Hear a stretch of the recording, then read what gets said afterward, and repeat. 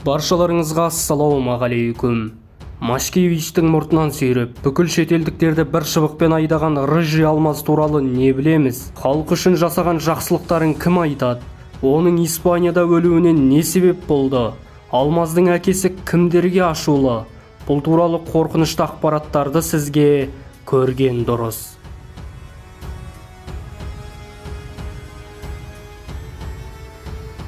Астыда үстіде байлыққа толы ұлтарақтай жердің өзі адам өмірінен де қымбат боп тұрған мына заманда ұлан ғайыр қазақтың жеріне иелік еткісі келіп, елге тұтқа болғысы келіп өктемдік танытқан шетелдік өкілдердің мысын басып, сес көрсеткендер Қаныбек Әбішбаев, Баха фестиваль, Сабыр Мүсілім, Несіпбай Нәсеновтер жайлы жұмған аузымызды ашпай қалу біздің әрбір қазақтың азаматтарына сын, сүйекке таңба.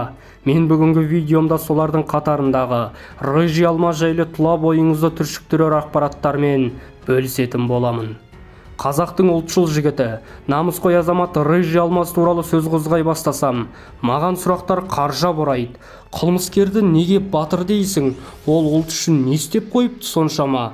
Тәуелсіздікке қандай еңбек сіңірді деген сауалдар жан-жағымнан жебеше атылады.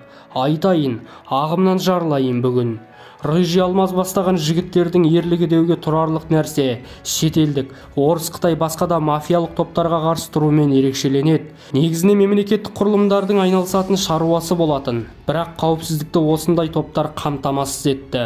Шетелдік топтар біздің елге тұмсығын сұға алмады. Біле білгенге бұл да ерлік. Шекарамыз аңғал-саңғал ашық, заңымыз олпы-солпы, ішкі саясатымыз тесікшеліктей үңірейіп, тіпті мемлекеттік құрылымдардың өзі есін жия алмай жатқанда, ол секілді жігіттер ауадай қажет болды.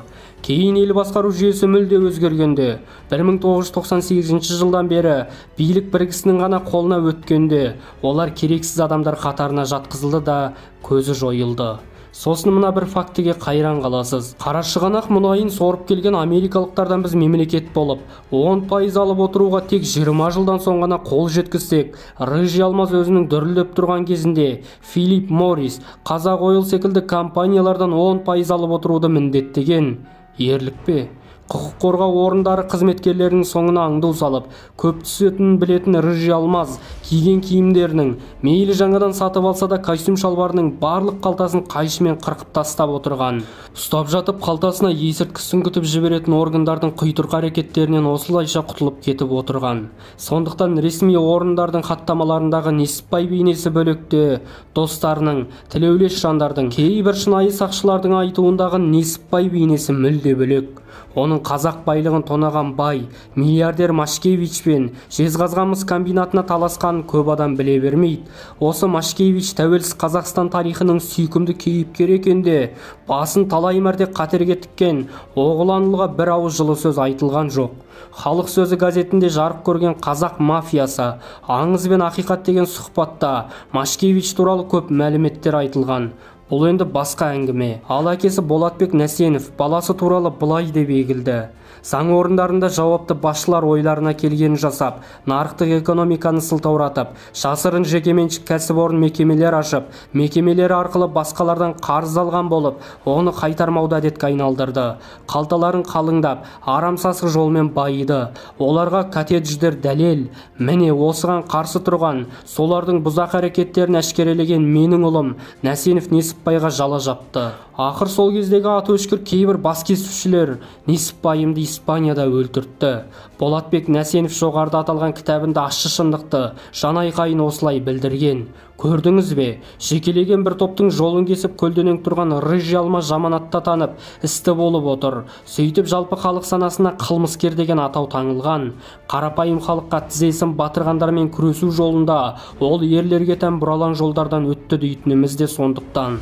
Рыжий Алмаздың қылмыскер атана жүріп, Алматының Қалқаман ықшамауданында аурухана тұрғызбақ болған ниеті жазылған. Сондай-ақ оның ойлары тосын әрі терең болғанын журналист сүйсіне жазады.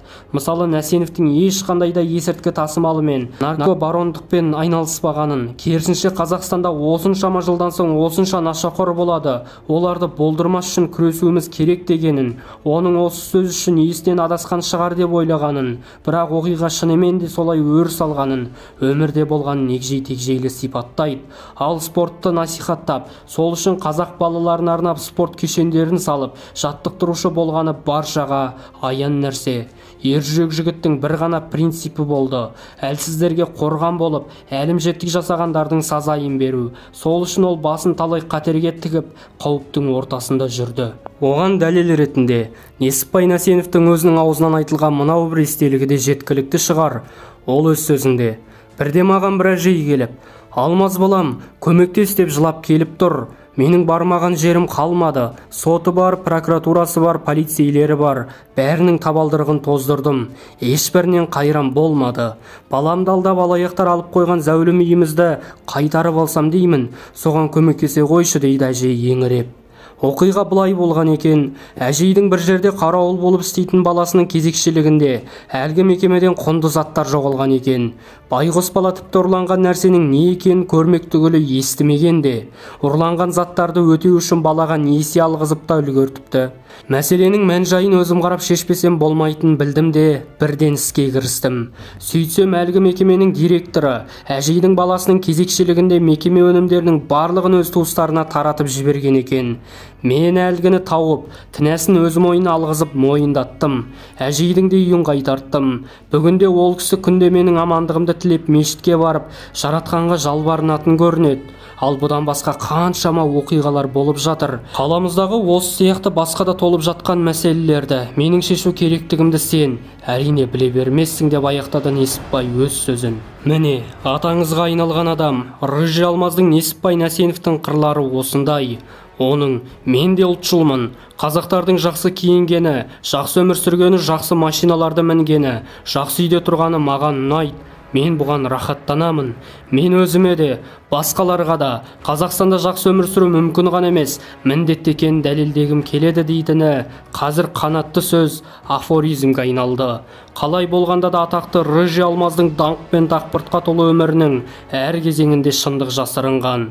Үш қара, басың биік мұнар шалған, сұмпиып өте шықты мына жалған, тар есік тар босаға жаман екен, ер едім ел ішінде сайран салған деп Марғасқұл мәди жырлағандай, Несіпбайды алдыңғы ағалары сияқты қуғын көрген, өз ортасынан шет қақпай болған ұлт перзенті. Құрметтілерім, қайдағы бір жұлдызсымақтардың ішкені мен жегенін, кигені мен сүйгенін тамашалап, сұрықсыз, құнары жоқ вайнерлердің видеоларын көргенше көкейге қонымды, санаға сапалы қорек беретін біздей жастардың көрілім санын көбейтіңіздер, арнаға тіркеліңіздер, туыс-туған, ағайын жұрт, көрші қолаңдарыңызбен бөлісіңіздер, көкіректеріңізге білім мен ғылымның шамын жағып, теңіздің тамшысындай пайдамызды тигізу біздің басты мақсатымыз. Қоғамда болып жатқан жат құбылыстарды, тіл менен дінді, салт дәстүр мен әдебиетті, сіздер естіп көрмеген тарих пен саяси ақпараттарды, ғылыми жаңалықтарды мейлінше тәуелсіз көзқараспен насихаттайтын боламыз. Сіздердің жүрек жарды пікірлеріңіз бен лүпілдеріңіз бізге шексіз шабыттар сыйлайды. Еңбек қашанда бізден, шабыт беру сіздерден болады ағайын. Арна авторы жас тәуелсіз журналистердің бірі Бағжан Бақбергенұлы. Сіз үшін көрген дұрыс арнасы.